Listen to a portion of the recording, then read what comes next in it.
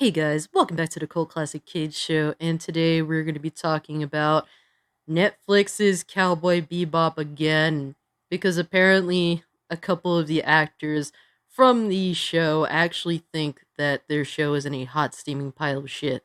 It's almost amazing. But apparently on Deadline they interviewed Daniela Panada, and apparently the interviewer just loves gargling her bathwater. You could just tell off the bat. I was gonna call her Daniela Empanada, but that's too good to call her. She's more like Daniela Panera Bread because she clearly doesn't fit this character considering how many carbs she must consume. Anyway, Netflix's Cowboy Bebop's Daniela Panera Bread talks Faye Valentine, John Wick-esque combat training, and overcoming the internet's vocal trolls Q&A. Yes, because apparently people have a problem with her portraying a character she in no way fits makes you essentially a troll. I had never done anything remotely as involved and important as this because it's important to so many fans and other people, she said. Having completed this, I realized I really am capable of doing a lot, just in my personal life and as an actor. Our show feels really big, and I feel honored that I could be in something so grand and make it all the way through, thank God. Her experience making this show is essentially like Andy Dufresne crawling through miles worth of shit just to get out of jail. That was her experience with this show.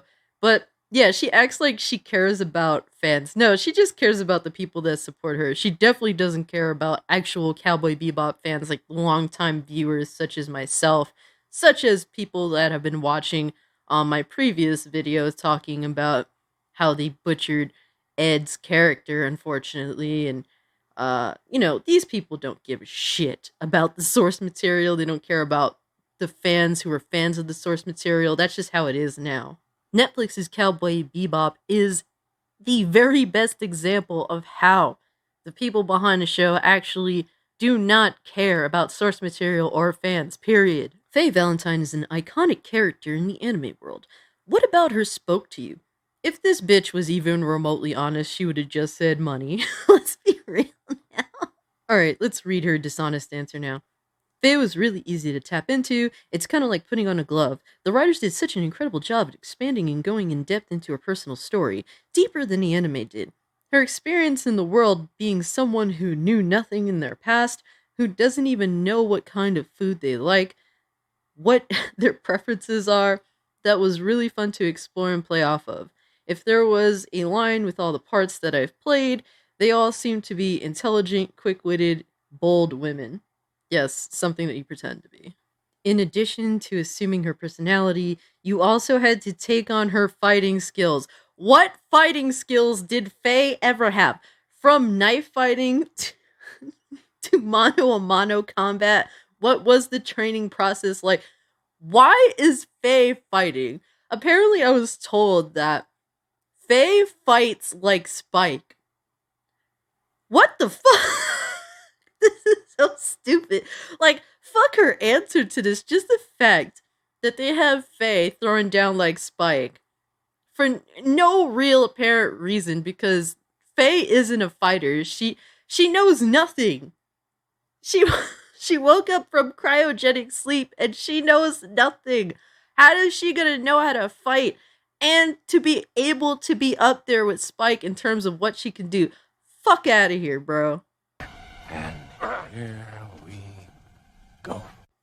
Speaking of which, first pictures of you as Faye caused quite a stir among the fan base, with a handful of people criticizing differences from her original look. What was that moment like for you? It was definitely my first interaction with very, very vocal trolls. Social media gives access to pretty much anyone who wants to say anything, although I feel like some people would be disheartened. I found a way to clap back with the video that I gave, which was very cheeky and silly. Rather than stay quiet, which is usually what everyone wants you to do, I just felt so inclined to say something. I felt like that response was definitely in the spirit of Faye. No. Also, I got Steve Blum's blessing, the voice of Spike, who backed me up, and I was like, alright, guys, I don't care what you say. If the guy backs me up, no one can say anything. I love when these weirdos feel as though they're more entitled to the internet than the regular average person, unfortunately. To me personally, when she did make that video, all it showed me was that she didn't know who Faye was as a character at all. I mean, she thought Faye was like 6 foot. You're kind of an idiot, I'm sorry to say. And getting Steve Blum on your side, I mean, look, Steve Blum is a great voice actor, no doubt. When it comes to his skills in terms of his job and the voice acting and all the things that he has done, besides Wolverine, because that was shit.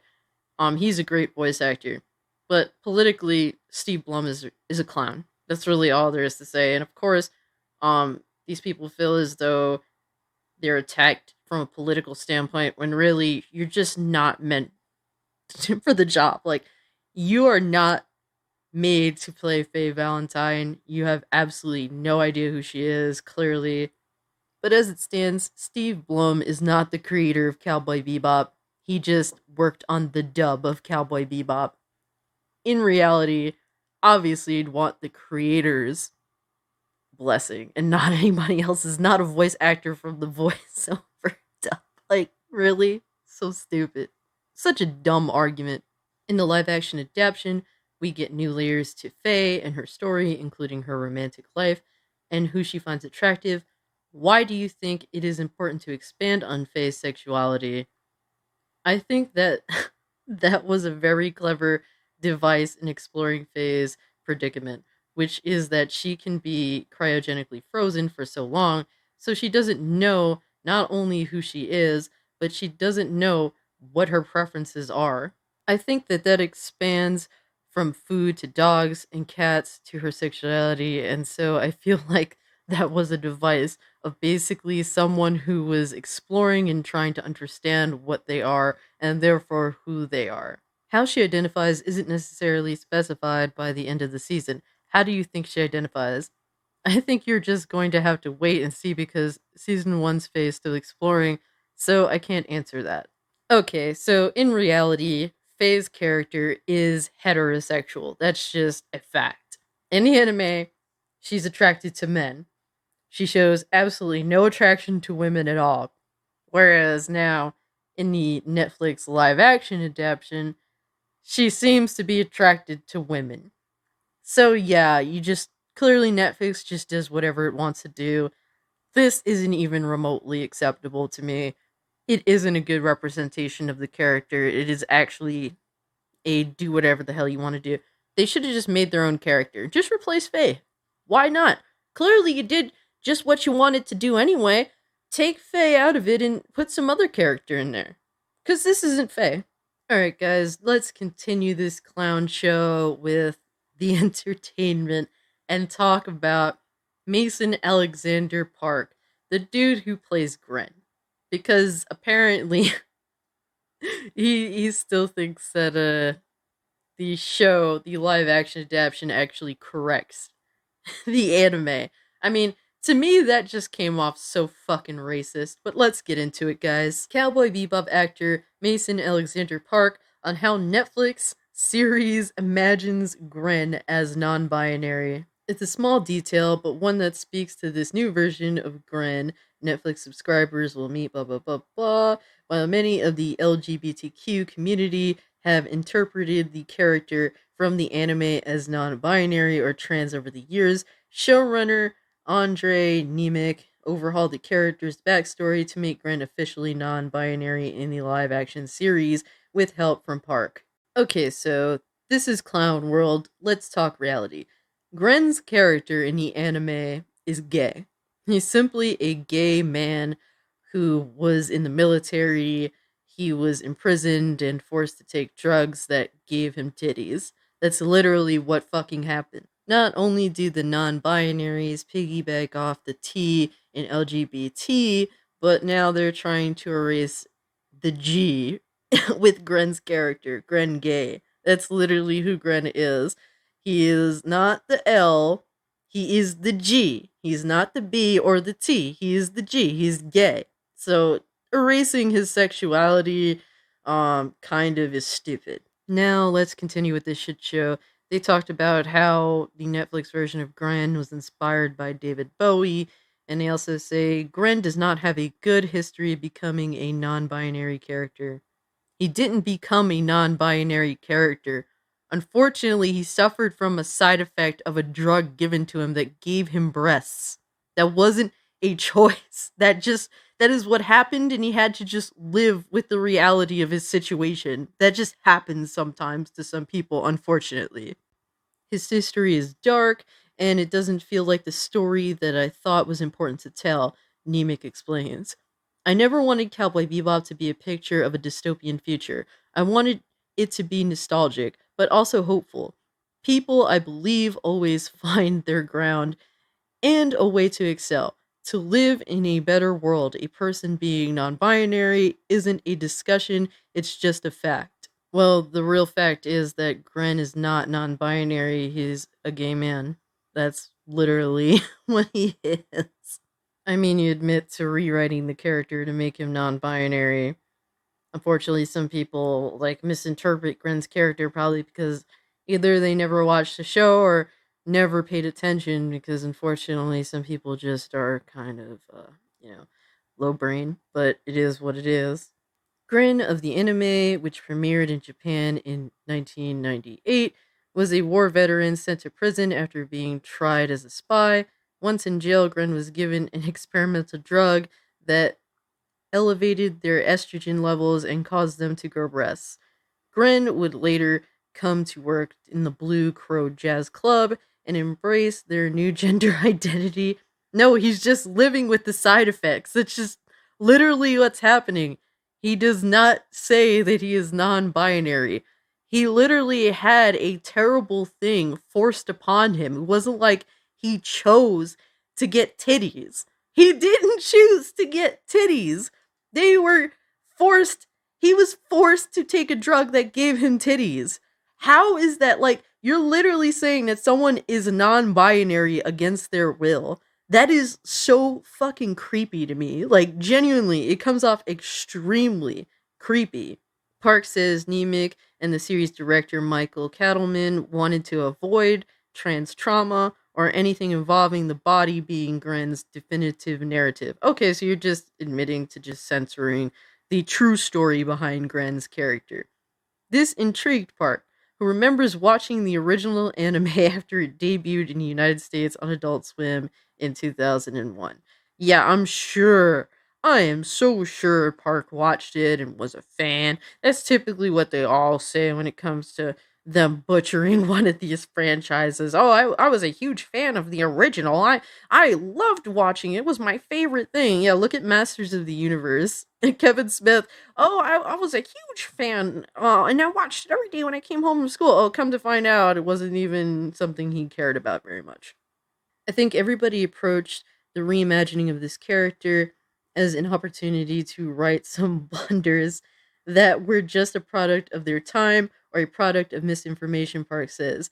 You can see in the anime that Gren's whole character arc is so heavily influenced by the crying game, which to today's audiences doesn't necessarily hold up as the most positive or well handled trans storytelling. So basically, you just didn't want Gren's authentic story to be told because it depicts being transgendered in a negative light.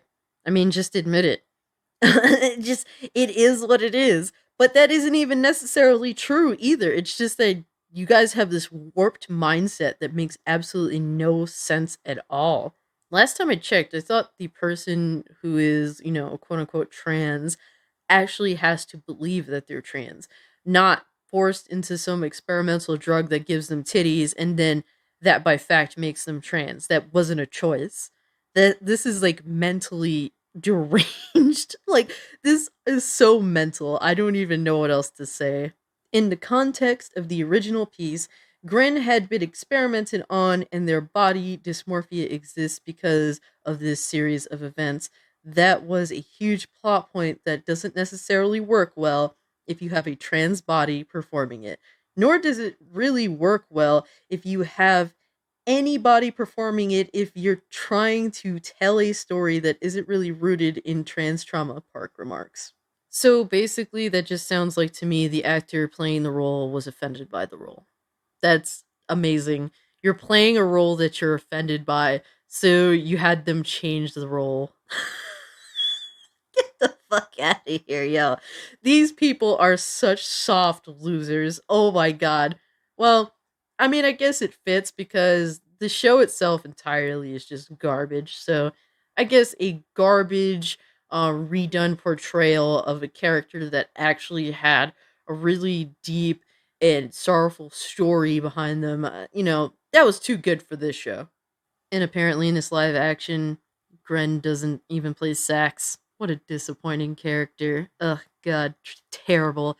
Another thing I thought was absolutely hilariously cringe was the fact the actor that plays Gren has they them tattooed on their hand. And apparently that was what inspired the crew to make Gren the way that he is in the live action. That is the cringiest shit I've heard all week, man.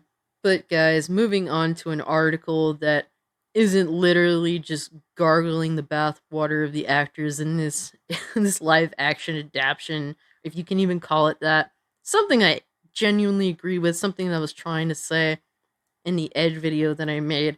The Japan Times live action Cowboy Bebop shows the limitations of Netflix's originality. And honestly, I think this speaks for more than just Netflix. It is the West entirely.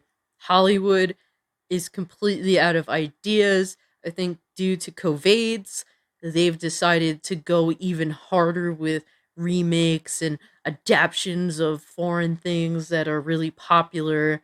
And they continue to do this, and I think it's really only going to get worse. It's been bad for like the past 10 years. There's so many remakes of things that are completely butchering the source material, and it's not going to stop. It's just easy advertisement. You have to understand when they push something that already exists, a property that's popular that already exists, and remakes it, that is instantly advertisement right there that they don't have to pay for. That's why they're going to continue to do this shit. Advertisement costs just as much as production of these things in some cases, sometimes even more, crazy enough. Whether it's implied or has been asked directly on social media, a question lingering around Netflix's live action adaptation of Cowboy Bebop has been why exactly? The answer, as it often is for many major cultural output, is the chance to make big bucks. Anime is likely Japan's strongest pop culture export, and in the past decade, it has enjoyed even further growth, even though it's experienced a dip last year, owning to the pandemic. The forecast moving forward remains bright, especially outside of Japan. The Association of Japanese Animation recently announced that overseas sales surpassed the domestic market for the first time ever. Wow, that is crazy. And also, I am not surprised by this at all. I mean, people in the West crave anime, they crave manga, and that's because the entertainment out in the West is absolute dog shit, preachy garbage that no one wants to watch, that isn't even remotely good for the most part. Most of the movies that have come out this year are hot steaming piles of shit. Most entertainment that has come out this year is trash, absolutely garbage, and it's not even because of the pandemic at this point. To blame it on COVIDs, you're just ignorant. It's just a complete decline in quality entirely. And I really hope that Japan will not fall prey to wokeness just because we consume so much of their product that they want to appeal more to us. No, we want to watch your products because they don't have that woke ass garbage. I mean, we constantly see Americans and people in the West, like, demeaning Japanese entertainment in the most racist of ways because it doesn't abide by what they deem as acceptable in society. You have absolutely no right to tell the East how they should do their entertainment. Just shut your mouth because you're a failure and let the East do as they please. And that's what I really do think is disgusting about the actor that plays Gren in the Netflix live action. He actually has the nerve to say that the live action corrects the original animation. To me, that's absolutely racist and disgusting.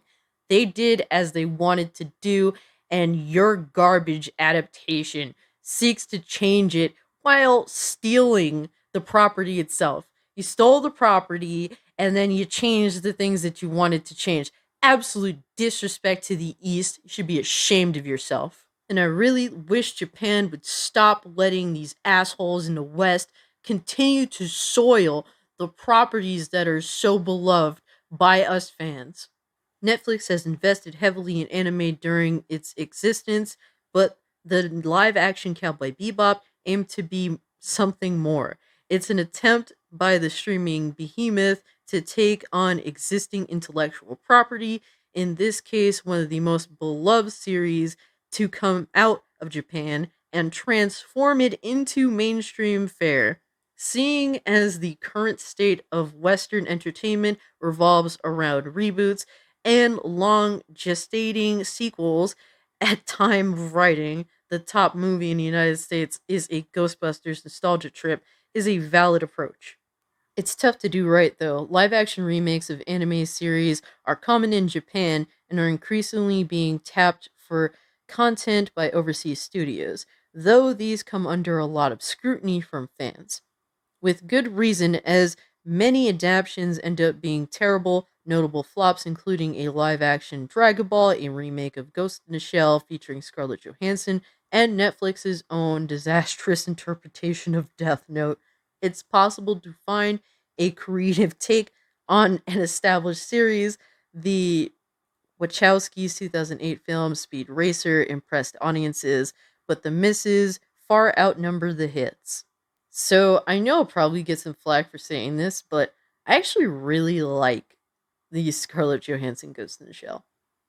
Given if as long as you could accept that it's kind of the reverse philosophy of the original film, I could accept that that's the case. But I really did like the film itself. I thought it was really fun. I thought the CG was decent. I thought the characters were at least represented in a reasonable way. Some of the imagery from the original anime I also thought was really good. I think that that movie was actually a pretty decent adaptation, considering. Not perfect, but I actually had fun watching it. And it's a movie I would actually watch again. I do have it on 4K Blu ray. It is actually a really great 4K Blu ray. Like, if you want a really colorful film and you're buying a 4K TV with HDR and all the specs for the first time, definitely check out that film. I got it for $8. And I was like, let me just give it a try for $8, and I really enjoyed it. I think the most elite representation of taking an Eastern product and making it into something in the West, honestly, is Alita Battle Angel. They killed that movie. That movie is so damn good. I enjoy watching it. I've watched it multiple times. To me, it is probably one of the best action films in like the past 10 years. It really is up there. And I'm surprised that it wasn't actually mentioned here. By the way, never watched the Speed Racer film. Is it worth watching? Because I keep hearing like, oh man, the Speed Racer movie is actually pretty dope.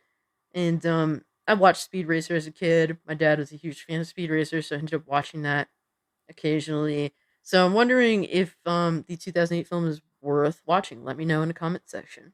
Netflix's Cowboy Bebop hasn't garnered as much scorn as those flop titles, but the reaction to it underlines the challenges that animated live action adaptations face. Reviews have been mixed at best, if not leaning towards the negative. Bruh, it has been very negative. Like, even the critics slapped the shit out of it. Like, normally the critics will back up like woke ass garbage, but they wouldn't even back it up. I think they're tired of basically getting called out for being on some BS. But anyway, with with many wondering what purpose this update serves when the original anime can be streamed on the very same service, fans meanwhile have been critical of the uneasy balance between departing from the anime and being too reverent to the anime. What? What? Like, okay, whatever. In the process, they've shared some of the better commentaries of what seems off about it. I mean, it seems like none of the like story beats really hit. Like for example, man, Spike as a character is this young guy who just doesn't care about his own life, and it's like what adds more to that depth is the fact that he is so young in the anime. Meanwhile, the actor playing Spike is an old fuck. Like he's like 50 years old. It's like Jet can't even call him kid because he's clearly older than Jet. In some ways, that's all Netflix needed: reactions, good or bad, help the show gain attention, which has, according to streaming services' own self reported rankings, allowed it to perform well in the US at least. Simply taking up space in the fragmented media world of today might be enough to win. And I do really agree with that. I mean, that's just the reality of the situation. Streaming services, I personally don't really like streaming services, specifically because they're kind of a failsafe. Even when you put out garbage, you'll still have a core subscriber base. Subscription services are more like government than they are business. Take, for example, a government. They implement a policy that is supposed to fix a certain situation. Well, the government implements it, but they never have to necessarily assess whether that policy implemented actually fixes the situation that they implemented it for. They can just continue to kick the can down the road as long as they'd like, and the reason being is because they just collect your tax money. It's the same thing with a subscription service. They can continue to put out shit content, and basically, you may be upset about the garbage content and you may unsubscribe, but they'll still have millions of other subscriptions from people that don't really notice anything or aren't even paying attention. Some people don't even realize they're still subscribed to the services they're subscribed to. But anyways, guys, that's really all I wanted to talk about. Let me know what you guys think about all this shit that I just went over. I mean, it was 3 articles. I will definitely have them in the description, archived, of course. If you can, like this video, share this video, subscribe to my YouTube channel. Follow me over on Twitter if you want to continue the conversation. With all that being said, guys, I'm out. Peace.